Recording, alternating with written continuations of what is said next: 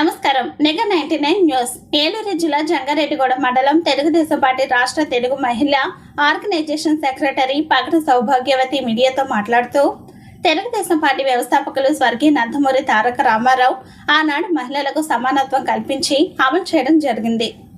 అలాగే ఆయన ఆశయాలను నారా చంద్రబాబు నాయుడు, నారా లోకేష్ 26, 27 తేదీల్లో మహానాడులో మహిళలకు 33 రిజర్వేషన్ గురించి ప్రస్తావించడం శుభ పరిణామమని, మహిళల తరపున ప్రభుత్వానికి కృతజ్ఞతలు తెలియజేస్తున్నామని అన్నారు. అందరికీ నమస్కారం.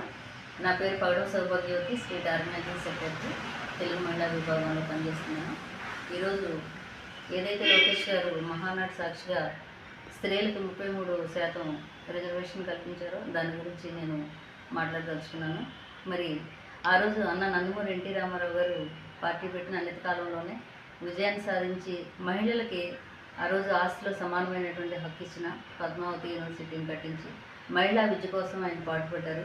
అదేవిధంగా మరి ఆయన సొంత ఆస్తిని ఆయన పిల్లలందరికీ కూడా సమానంగా పంచి ఆయన ఏదైతే మరి చెప్పారో దాన్ని చేసి చూపించినటువంటి వ్యక్తి మరి ఎన్టీఆర్ గారు. అదే బాటలో నడుస్తున్నటువంటి మరి